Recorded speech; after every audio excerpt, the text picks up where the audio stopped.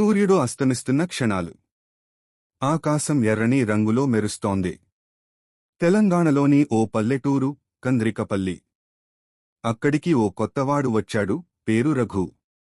నగరంలో జాబ్ కోల్పోయి ఓ ఇంటిని తక్కువ అద్దెకు తీసుకుని ప్రశాంతత కోసం ఈ ఊరికి వచ్చాడు. ఆ ఇంటి పేరు వినగానే ఊరంతా ఒక్కసారిగా నిశ్శబ్దమైంది. ఆ ఇల్లు కాదు రఘుగారు. దానికి ఓ చరిత్ర ఉంది అని అన్నాడు ఓ వృద్ధుడు. చరిత్రలతో నాకు పనిలేదు బాబూ. రెంటు తక్కువగా ఉంది, అదే చాలు అని నవ్వేశాడు రఘు. రాత్రి 12 గంటలు. రఘు పడుకున్నాడు. కాని బయట గాలిలో చిల్లులు, తలుపు తడినట్లు గలగల శబ్దాలు. ఆ శబ్దంతో కళ్ళు తెరిచిన రఘు బయటికి వెళ్ళాడు. చల్లటి గాలిలో ఓ నీడ కదులుతున్నట్లు అనిపించింది. ఎవరు అని అడిగాడు. సమాధానం లేదు. అప్పుడు తలుపు వెనకనుంచి గట్టిగా ఓ అరుపు. నువ్వు ఈ ఇంట్లో ఉండలే. ఆశ్చర్యంతో తిరిగి చూశాడు. ఎవ్వరూ లేరు. రేపు ఉదయం ఆయన ఊరి పెద్దవాడిని కలిసి అన్నాడు. నిన్న రాత్రి ఎవరో నన్ను బెదిరించారు. పెద్దవాడు తల ఊపుతూ అన్నాడు. ఆ ఇంట్లో జిన్ ఉంది. అది ఒకప్పటి ముల్సీంవాడు చేసిన బ్లాక్ మ్యాజిక్ వల్ల వచ్చిన దెయ్యం. ఆ ఇంట్లో ఎవరైనా వెళ్తే ఈ జిన్ వారిని వదలదు. బతికి బయటకు రాదు.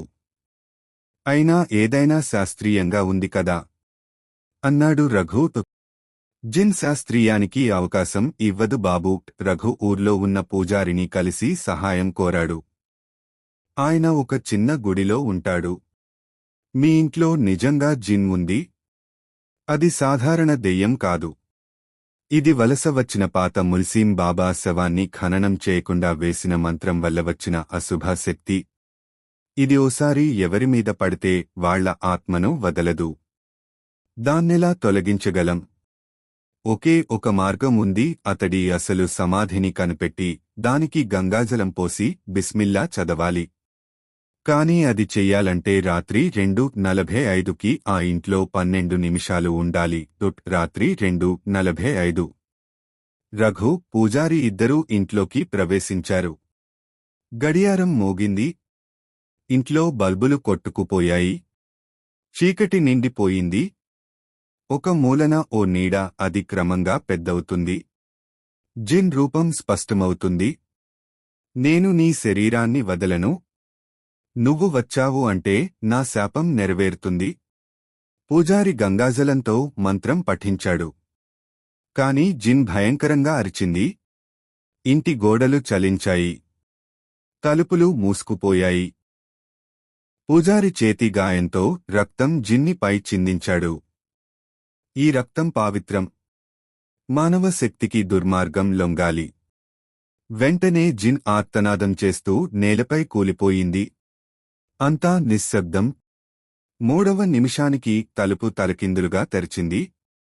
బయట వెలుతురు తాకింది. జిన్ నశించింది. కాని రఘు ఊరు వదిలి వెళ్ళిపోయాడు.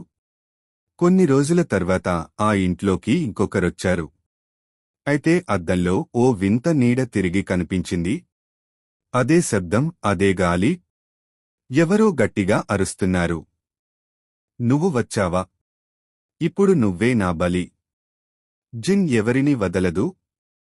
అది నశించదు. పునర్జన్మతో తిరిగి వస్తుంది. ఊరు విడిచి వెళ్లిపోయిన రఘు నగరానికి చేరుకుని కొన్ని నెలలపాటు కోలుకున్నాడు. కాని పూజారి మాత్రం ఊరిలోనే ఉండిపోయాడు. ఓ రోజు రఘుకి పూజారి నుంచి ఫోన్ వచ్చాడు.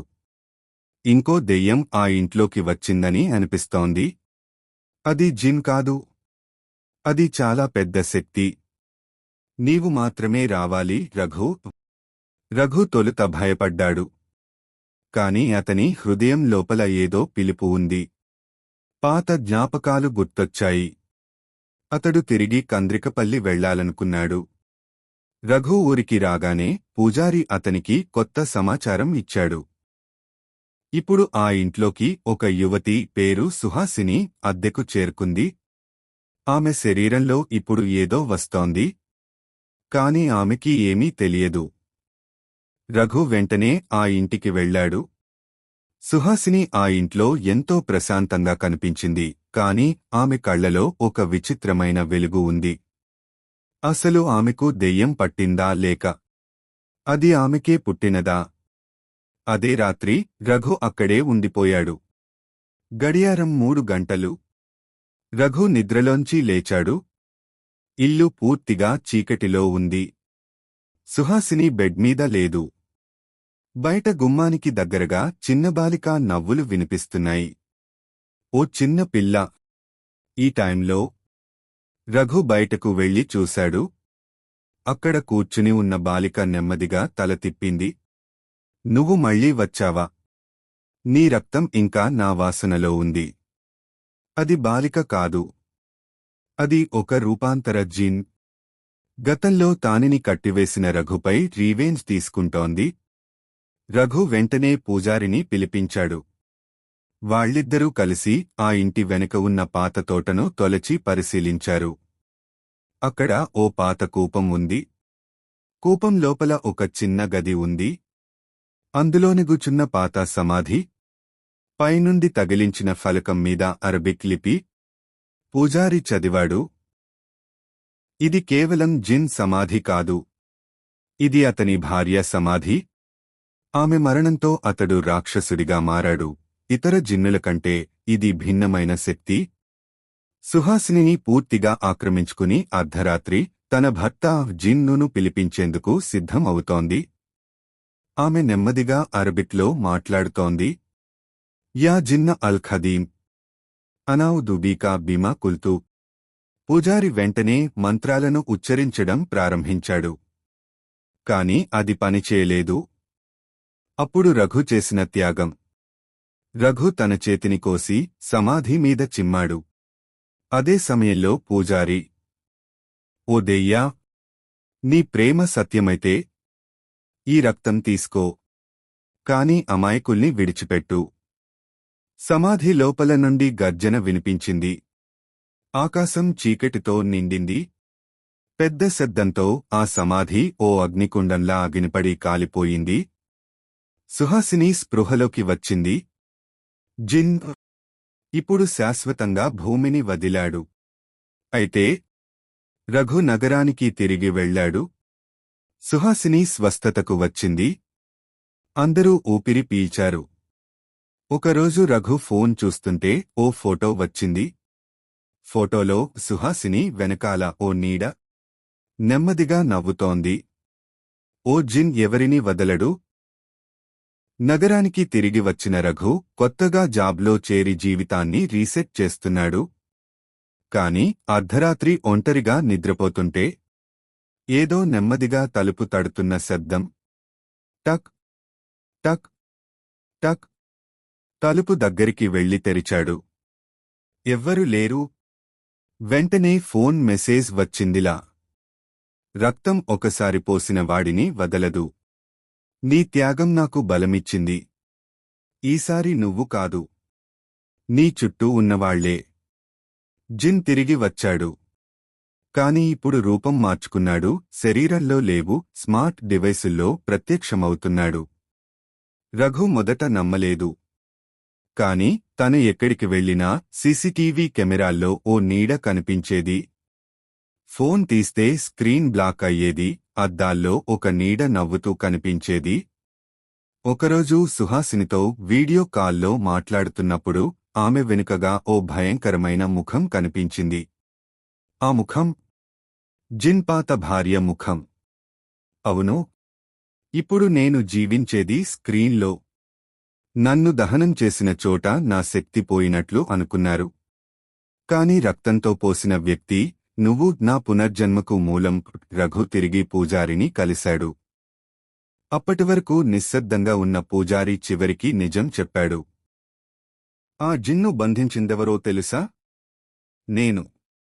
22 ఏళ్ల క్రితం నేను చేసిన ఒక పెద్ద పొరపాటు అది. ఒక మంత్రాన్ని తప్పుగా పఠించాను. జిన్ శరీరం విడిచి మరణించాడు. కాని అతని భార్య ఆ క్రూరతతో జీవించసాగింది. నన్ను వదిలిపెట్టి నీ శరీరాన్ని ఎంచుకుంది. ఎందుకు నన్నే? నువ్వు ఆ ఇంట్లో ఉన్నప్పుడు ఒక రక్తపు ముద్ర వేసింది. అదే బంధం జిన్ను శాశ్వతంగా నశింపజేయాలంటే ఒకే మార్గం ఉంది. ఆమె ఆత్మ ఉన్నదే జిన్ను భార్య శవంలోని మూలబిందువు. దాన్ని తగలబెట్టాలంటే ప్రాణబలి అవసరం. రఘు ముందుకు వచ్చాడు. నన్ను త్యాగం చేయండి. కాని పూజారి అంగీకరించలేదు. నువ్వు చనిపోతే ఆమె మరింత బలవంతురాలవుతుంది. బలి ఇవ్వాల్సింది ఆమెకు జిన్ను శరీరాన్ని తొలిసారిగా పాడిచేసినవాడు అంటే నేనే. రాత్రి 3:33 పాత సమాధి వద్ద మంత్రపఠనం ప్రారంభమయింది. పూజారి నోటిని గాయపరిచి రక్తంతో శవంపై తర్పణం చేశాడు. చీకటిలో నుంచి నల్లపొగలా జిన్ను భార్య ఆవిరై ఎగిరింది. అందరూ అరుస్తున్నారు. గాలి బలంగా ఊదుతోంది. సమాధి శబ్దంతో బద్దలవుతోంది. నీళ్లతో నన్ను శాంతిపరిచారు. కాని నువ్వు నా భర్తను కాల్చిన పాపి అని అంటూ జిన్ భార్య పూజారి శరీరంలోకి ప్రవేశించింది. పూజారి చివరి శక్తితో మంత్రాన్ని చదివాడు. అల్లాహు అక్బర్, బిస్మిల్లాహిర్ రహ్మానిర్ రహీం అన్న జరిగింది. పూజారి శరీరం నుండి పెద్ద వెలుగు వెలిసింది. ఆ వెలుగులో జిన్ భార్య అరిచింది, ఇదేనా నా అంతం? అందరి ముందు ఆమె ఆత్మ భూలోకాన్ని విడిచింది. పూజారి ఆ తలుపు మూసేశాడు. శాశ్వతంగా ఊరు మళ్లీ నిశ్శబ్దంగా మారింది. రఘు సుహాసినితో కలిసి ఊరిని వదిలాడు. నగరంలో ఒక చిన్న అపార్ట్మెంట్లో కొత్త జీవితం మొదలుపెట్టారు. కాని ఒకరోజు తాను ఓ సెల్ఫీ తీసుకున్నాడు. సెల్ఫీలో తన వెనుక ఓ నీడ నవ్వుతోంది. కింద మెసేజ్, జిన్ ఎవరిని వదలదు. నగరంలో రఘు సుహాసిని ఒక అపార్ట్మెంట్లో నివసిస్తున్నారు. వాళ్లకు అనిపించింది దెయ్యం శాశ్వతంగా తొలగిపోయిందని. కాని అసలు భయం ఇప్పుడు మొదలైంది. సుహాసిని నిద్రలేచి చూసింది. తన ఫోన్ స్క్రీన్ మీద ఓ డార్క్ వెబ్ లింక్ చూపిస్తోంది. అతనితో అడిగింది, ఈ వెబ్సైట్ నువ్వే ఓపెన్ చేశావా? లేదే. ఎప్పుడు? అదే సమయంలో వారి వైఫై రౌటర్ నుంచి అజ్ఞాతంగా ఓ అరబిక్ పాట ప్లే అవుతోంది. జిన్ ఇప్పుడు ఇంటర్నెట్లోకి ప్రవేశించాడు.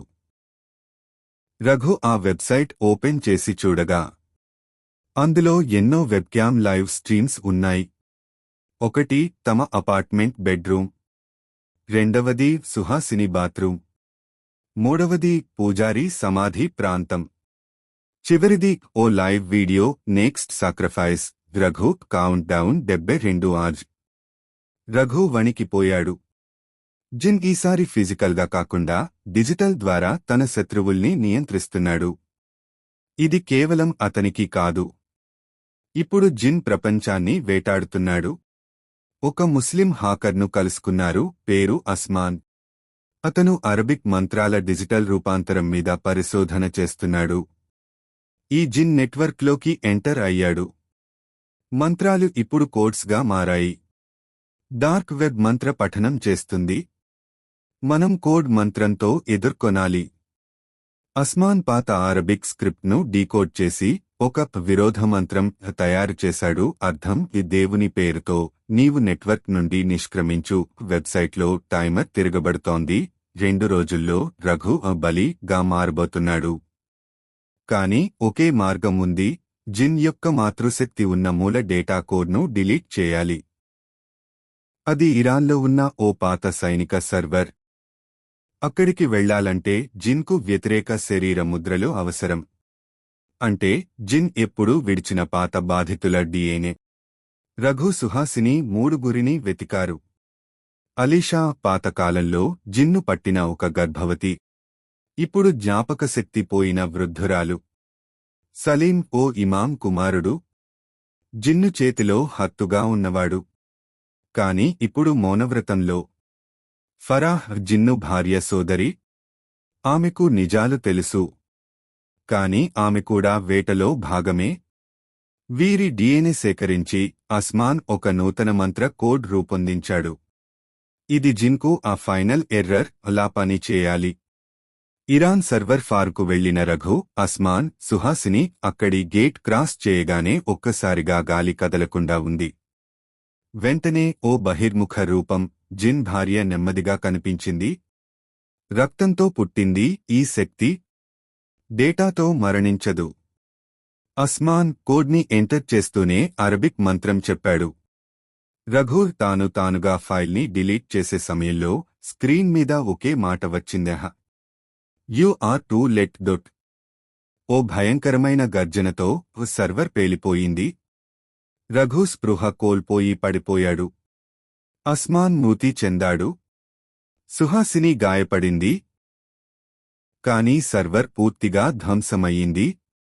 జిన్ పునర్జన్మకి ఆధారమైన డేటా ధ్వంసమయ్యిందని భావించారు. అంతా కోలుకున్నారు. రఘు సుహాసిని పుట్టిన బిడ్డకు పేరు పెట్టారు ఫరాజ్.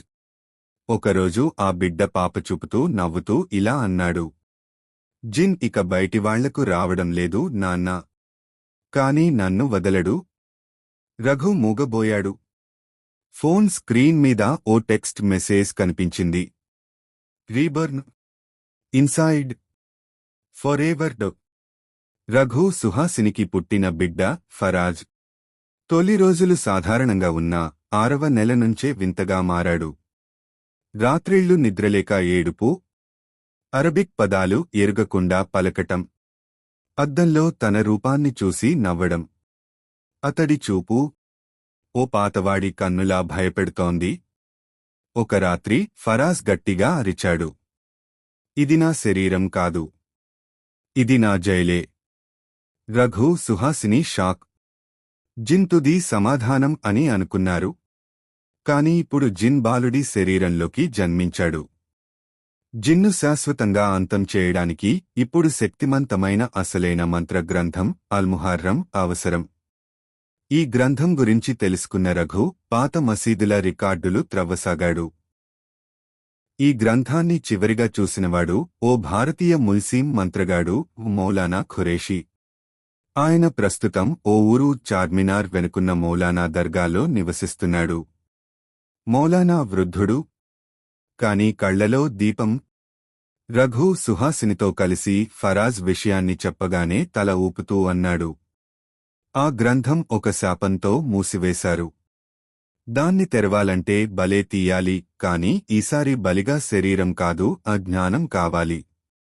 జ్ఞానం బలి. అవును. మీరు గతంలో నేర్చుకున్న మంత్రాలన్నింటినీ త్యజించాలి. జిన్ యొక్క గతాన్ని పూర్తిగా పీల్చిన తర్వాతే కొత్త శక్తి వస్తుంది.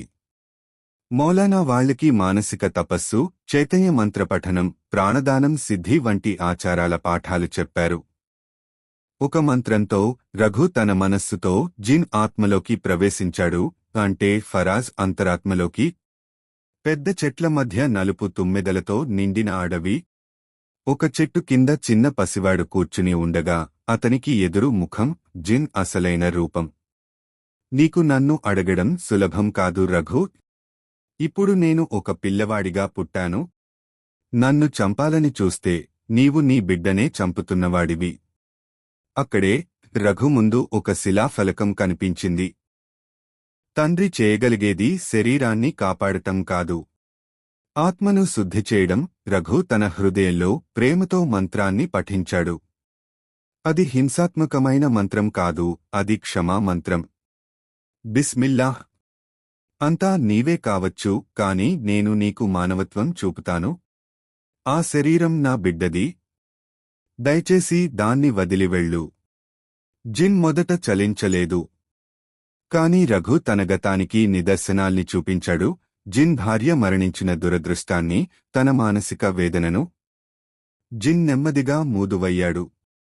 ఆత్మస్వరం మార్చి అన్నాడు. నేను శాంతికి తలవంచినప్పటికీ నన్ను ఎవరూ పిలుస్తున్నారు? ఒకటి తెలుసుకో. నన్ను తీయటానికి ఇంకోటి వస్తోంది.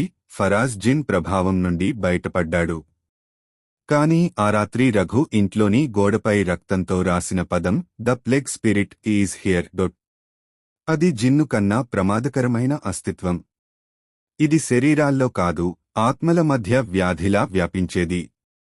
పాత మంత్రాలు దీనికి పని చేయవు. ఇది శుద్ధతను ద్వేషిస్తుంది, ప్రేమను కాల్చుతుంది. రఘు చివరగా ఒక రికార్డు రాసి ఉంచాడు. జిన్ నన్ను వదిలాడు. కాని ఒక కొత్త శత్రువు నాకు తన కన్ను పెట్టింది. ఈసారి ఇది మానవునిలో కాదు, మానవత్వంలోనే ఉంటుంది. నేను దీన్ని ఎదుర్కోవాలి.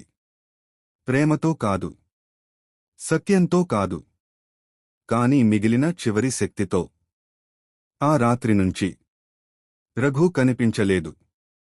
కాని ఫరాజ్ స్కూల్ బాక్స్లో నుంచి ఓ పుస్తకం బయటపడింది. పేరు Almarad, the plague of souls. Faraz ఇప్పుడు 7 ఏళ్లు. బయటనుంచి సాధారణంగా కనిపించినా అతనికి ఏదో లోపలే మారిపోతోంది. ఆయన స్కూల్లో పిల్లలపై చిరాకు, పిచ్చి నవ్వులు, హింసాత్మక పదాలు మొదలయ్యాయి. ఒకరోజు స్కూల్ బుక్లో అతడు గీసిన చిత్రం. ఓ పెద్ద నల్ల సింహాసనం, అందులో కూర్చున్న మానవాకార రూపం, కళ్ల చుట్టూ కత్తిపట్లు, నోటిలో నుండి నలుపు పొగ. పక్కన రాసి ఉంది, అల్మరద్, తలచుకోకూడదు, చూడకూడదు. కాని అది అక్కడే ఉంది. అలాగే దేశవ్యాప్తంగా వింత సంఘటనలు మొదలయ్యాయి. పిల్లలు రాత్రి అరుస్తూ తెల్లవారు జామున తలుచుకోలేరు. కొందరు తమ స్నేహితుల్ని పాపాలుగా కొట్టడం, నిర్ఘాంతుకంగా ఆత్మహత్యలు, అవన్నీ అల్మరద్ సోకిన లక్షణాలు. ఇది జిన్లా శరీరంలో కాకుండా ఆత్మల మధ్య వ్యాధిగా పాకుతోంది. ఈ శక్తికి ఎదురులేని గ్రంథాలు లేవు. కాని ఒక పాత ఖురాన్ వ్యాఖ్యానంలో జ్ఞాపకం వచ్చింది. ఒక వ్యాధి ఆత్మలను తినే సమయంలో అల్లా 4 నజీన్ను భూమికి పంపుతాడు. వారు ఆ వ్యాధి ఆధిపత్యాన్ని కత్తిరిస్తారు. ఈ 4 జనులు మానవులే. వారిని ఆత్మయోధులు అంటారు. రఘు అదృశ్యమైన మౌలానా ఖురేషి చెప్పిన మర్మం ప్రకారం రఘు ఇప్పుడు ప్రథమ నజీన్. ఒక రాత్రి సుహాసిని కలలో ఓ శబ్దం వినిపించింది. నేను చనిపోలేదు, కాని మానవునిగా లేను. నా పేరు ఇప్పుడు అబ్దుల్ నజీన్, ఆత్మయుద్ధ వీరుడు. రేపట్నుంచి ఫరాజ్ను వేటాడబోయే శక్తి శరీరం కాదు, ఆత్మలో దాచిన పాపాలే. ఆ పాపాలను తిప్పిచూచే శక్తి నజీళ్లకి మాత్రమే ఉంది. ఆ రోజు రాత్రి ఫరాజ్ మంచంపై నిద్రపోతున్నాడు. సుహాసిని గదిలోకి వచ్చేసరికి ఫరాజ్ ముఖం బాగా బాగుంది. కాని చేతికి నలుపు గీతలు. ఆమె అతడిని పిలిచింది. నా బాబూ. అతను తల తిప్పి అన్నాడు. బాబూ ఇప్పుడు లేదు. అల్మరద్ బతికినప్పుడు పిల్లల్ని ముద్దు పెట్టరు. వారు వ్యాధుల వాహకులు. అప్పుడు రఘు ఒక వెలుగు రూపంలో ప్రక్క గదిలో ప్రత్యక్షమయ్యాడు. ముఖం కొంత మార్చిపోయింది. కాని కన్నుల తీరు, నడక ఇంకా రఘు అంతే. రఘు నజీన్ మంత్రాలను పఠించగా ఫరాజ్ స్పృహలోకి వచ్చేశాడు.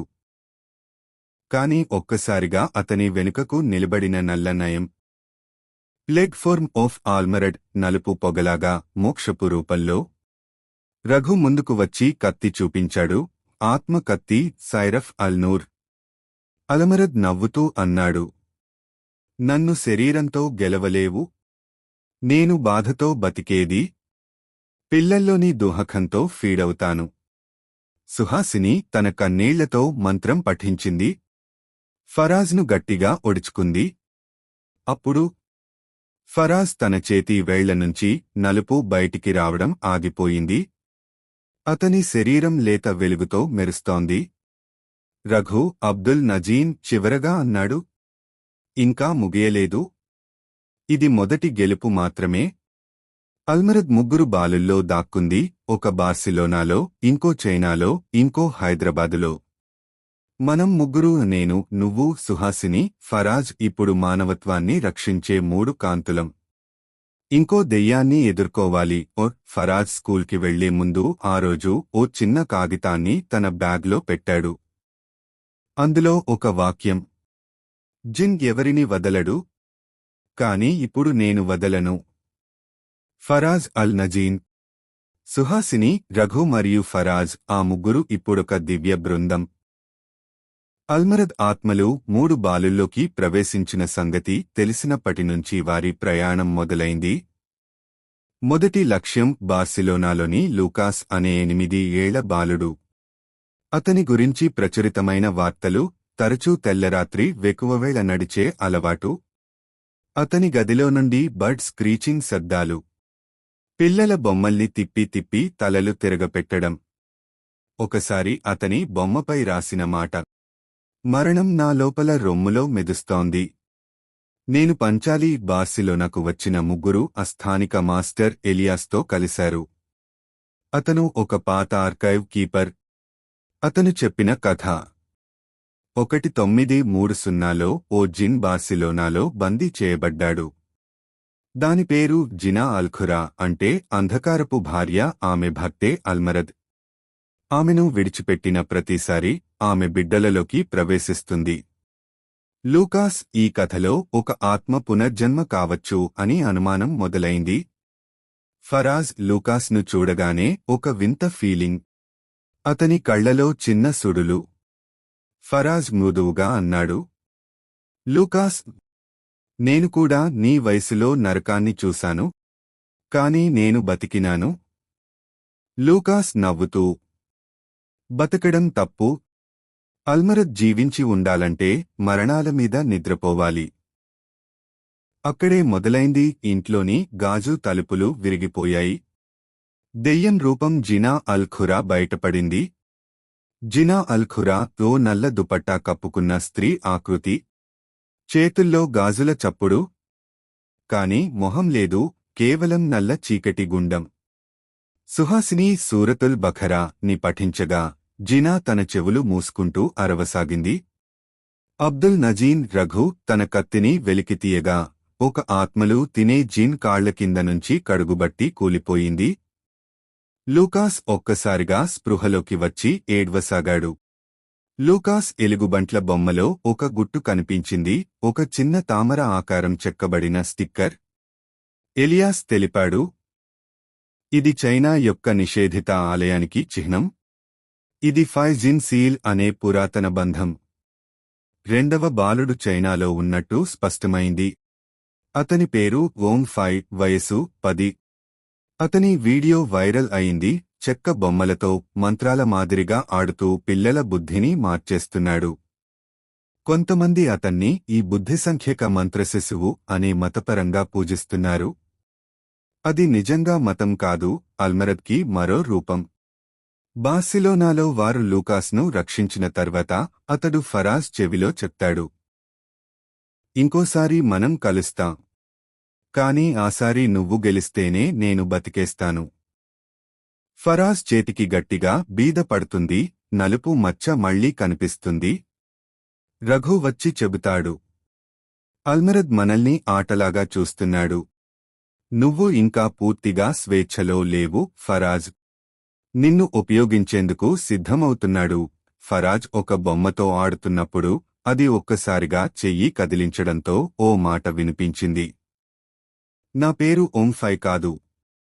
నా పేరు చావ్జూ, మూడవ దెయ్యం.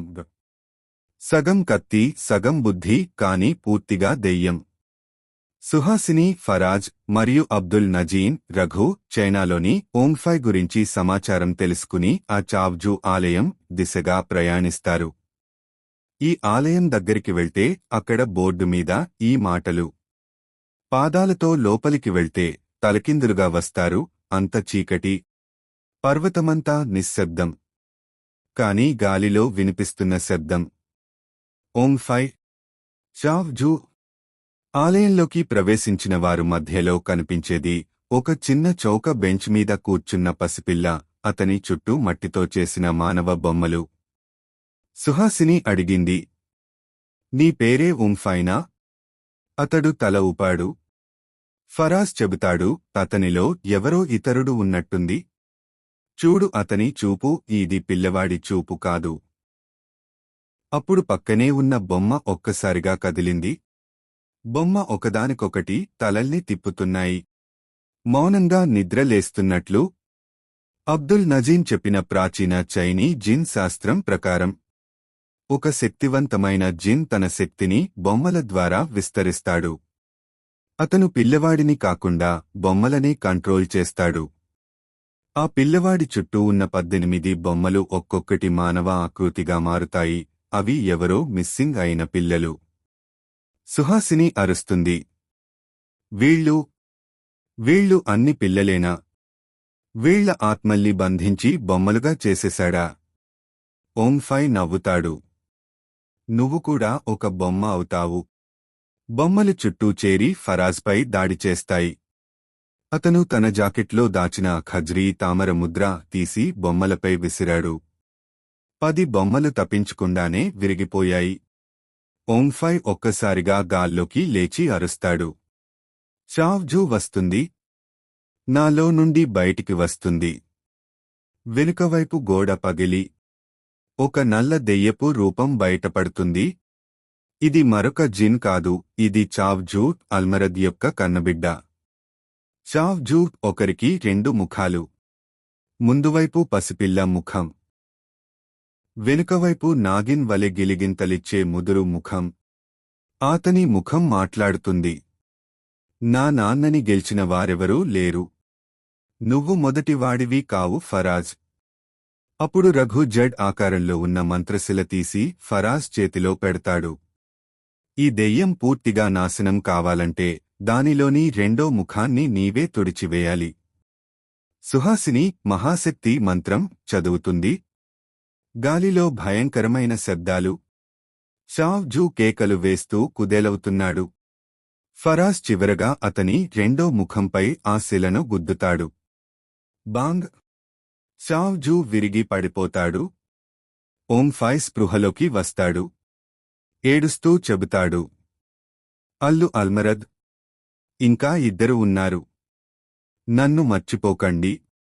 అతని చేతిలో ఓ బొమ్మ, దానిపై రక్తంతో రాసిన అక్షరాలు. యూసుఫ్ ఈ చివరి పిల్లవాడు. జిన్ యొక్క వారసుడు. ఓంఫై చేతిలో ఉన్న బొమ్మపై రక్తంతో రాసిన పేరు యూసుఫ్ చూసిన వెంటనే అబ్దుల్ నజీన్ కాళ్లకు జారి కూర్చున్నాడు. ఈ పేరు నా కుమారుడిది అన్నాడు. అందరూ ఒక్కసారిగా షాక్ అయ్యారు. ఫరాజ్, మీ కుమారుడా? మీరు గతంలో ఎప్పుడూ చెప్పలేరు కదా? నజీన్ కళ్లలో కన్నీళ్లు. 15 ఏళ్ల క్రితం నా భార్యతో కలిసి చైనా యాత్రకు వెళ్లాం. అక్కడే నా కొడుకు కనిపించకపోయాడు. అప్పటినుంచే నేను జిన్నుల గురించి తెలుసుకునే యాత్ర మొదలెట్టాను. ఆలయంలో పిల్లవాడు గీసిన బొమ్మల మధ్య ఉన్న చిన్న కోడ్ను ఫరాజ్ చదివాడు. అది ఖురాన్లోని సూరా 72 ఆల్జిన్ లోని వాక్యం. They listen in secret and the fire they follow shall consume them. Suhasini, ఈ వాక్యం ప్రకారం జిన్నులు మూఢ నమ్మకాల కంటే మేధస్సుతో ఎదుర్కోవాలి. అప్పుడు బొమ్మల వెనుక కనిపిస్తుంది ఒక పాత టైగర్ క్లో పాకెట్ నైఫ్. దానిపై వ్రాయబడ్డ అక్షరాలు యూసుఫ్ సమర్పణ, కరువు రోజున తండ్రి త్యాగం. నజీన్ గట్టిగా అరిచాడు.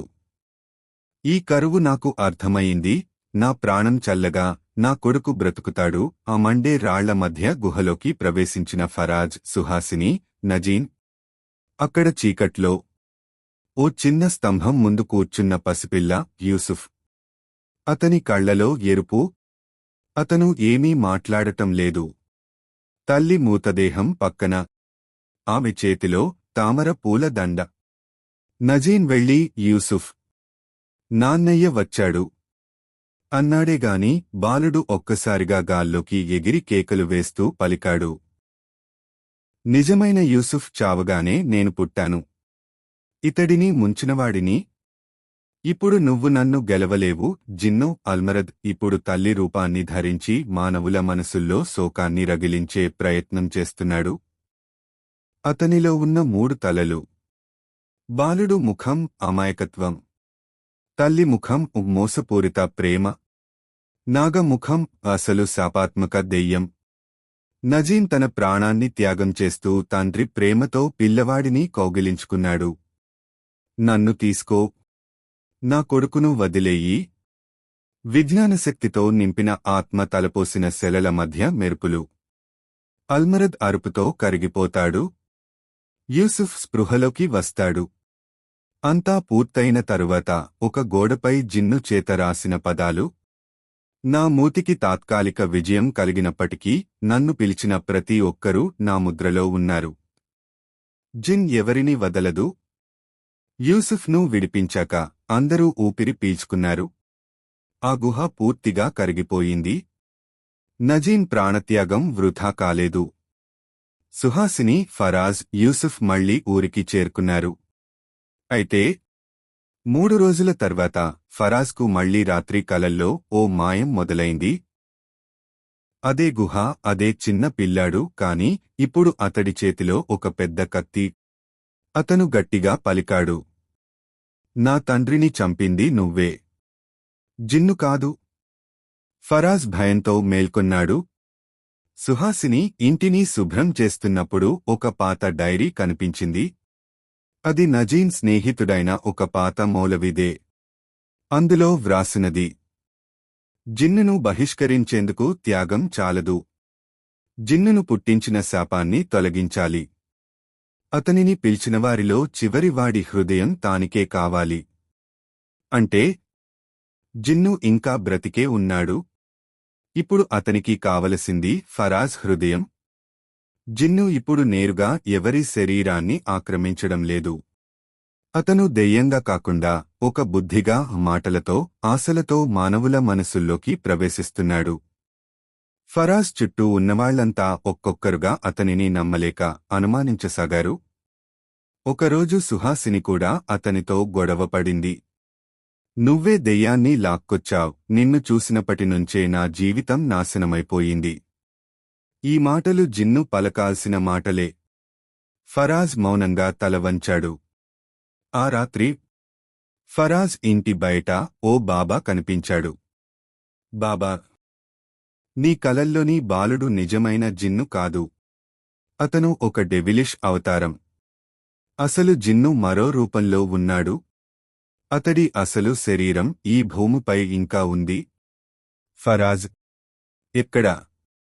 బాబా నెమ్మదిగా తల తిప్పి చూపించాడు సుహాసిని ఇంటివైపు. సుహాసినిపై దృష్టిపెట్టిన జిన్ను ఆమె శరీరాన్ని పూర్తిగా ఆక్రమించాడని తెలిసి ఫరాజ్ షాక్ అయ్యాడు. అతను ఇంటిలోకి పరుగెత్తి వెళ్లాడు.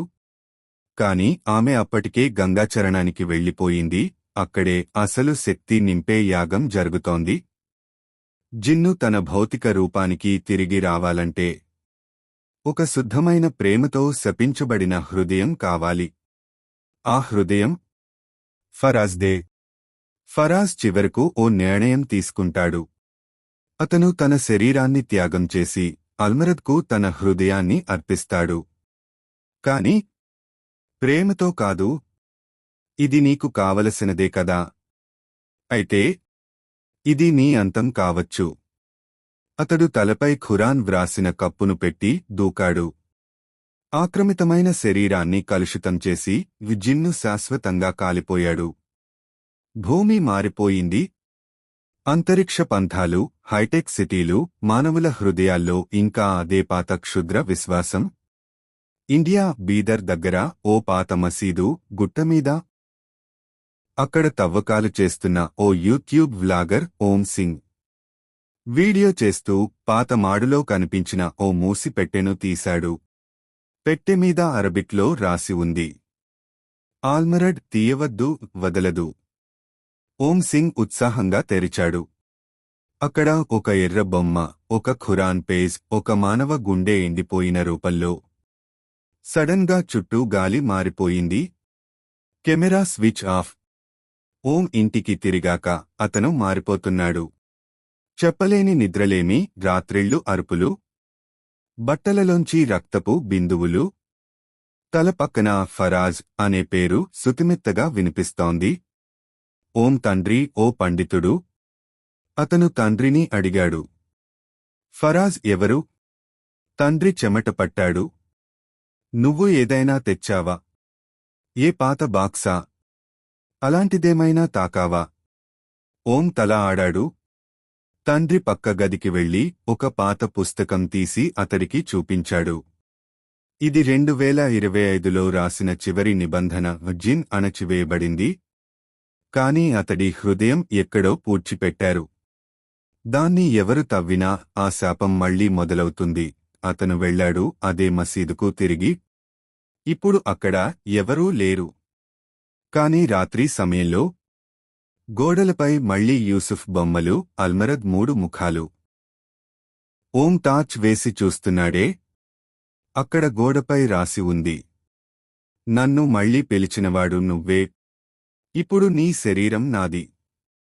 ఓం నిద్రలోనే నిద్రపోవడం మానేశాడు. ఈ తరం జిన్ను ఇక మంత్రాలతో కాదు. అతడు డిజిటల్ రూపంలోకి మారిపోయాడు.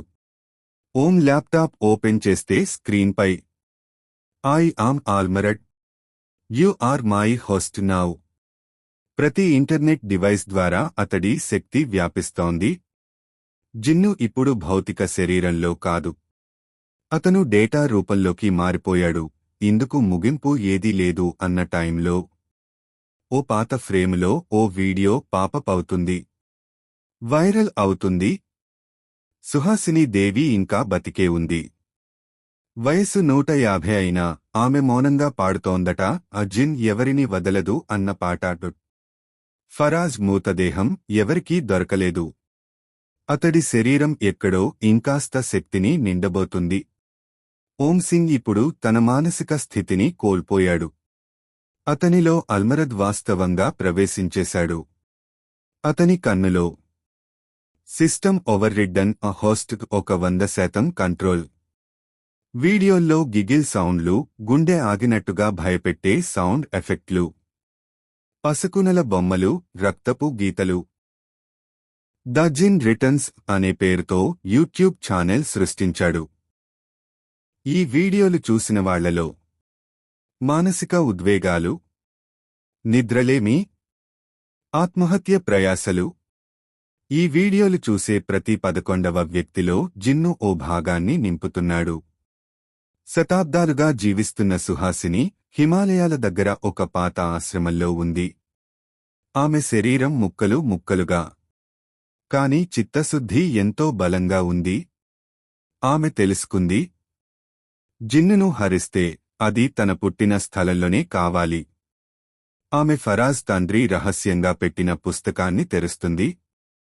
ఆల్ముకడ్డాస్ జిన్ను పుట్టిన స్థలం ప్రళయం మధ్యలో ఉంది. ఓం సింగ్ను ఆచూకీ లభించిన చోటికి ఉమ్ముద్ మసీదు వద్దకు సుహాసిని కొంతమంది సన్యాసులతో చేరుతుంది. ఓం ఇప్పుడు పూర్తిగా అల్మరద్ గగనచుంబిగా గాల్లో తేలుతూ, నువ్వు పాత ధర్మాన్ని తీసుకువస్తున్నావా? నీ భగవంతుడికి క్రమం ఉంది. నాకు కావలసింది భయం మాత్రమే. ఆమె చేతిలో ఒక పురాతన పుస్తకం, దోమి ఖురాన్ వర్షన్. దానిలోని 73వ సూరాలో వ్రాసిన శ్లోకాన్ని జపించగా ఆకాశం చీలింది. ఓం స్పృహలోకి వస్తున్నాడు. అతని శరీరం కంపిస్తూ, నన్ను రక్షించు. నా లోపల ఇంకొకడు ఉంది. జిన్ను శక్తిని పూర్తిగా అంతము చేయాలంటే ఓం తన ప్రాణాన్ని త్యాగం చేయాలి. సుహాసిని తల్లిలా ముందుకొస్తుంది. నా జీవితం 3 సార్లు మిగిలిపోయింది. కాని నిన్ను కాపాడటం ఇప్పుడు నా ధర్మం. ఆమె తన ఆత్మశక్తిని సమర్పిస్తుంది. సంగతులు నిశ్శబ్దంగా మారుతాయి. ఓం మసీదు మధ్య నిలబడి అరుస్తాడు, అల్మరద్, నేని నుండి బయటకు రావు. అంతే, ఆకాశంలో ఎర్ర మేఘాలు విడిపోయాయి. మసీదు మధ్య పెద్ద మెరుపు. జిన్ను మంటల్లో కరిగిపోయాడు. ఈ కథ మీకు నచ్చినట్లయితే మన ఛానెల్ను సబ్స్క్రైబ్ చేయండి.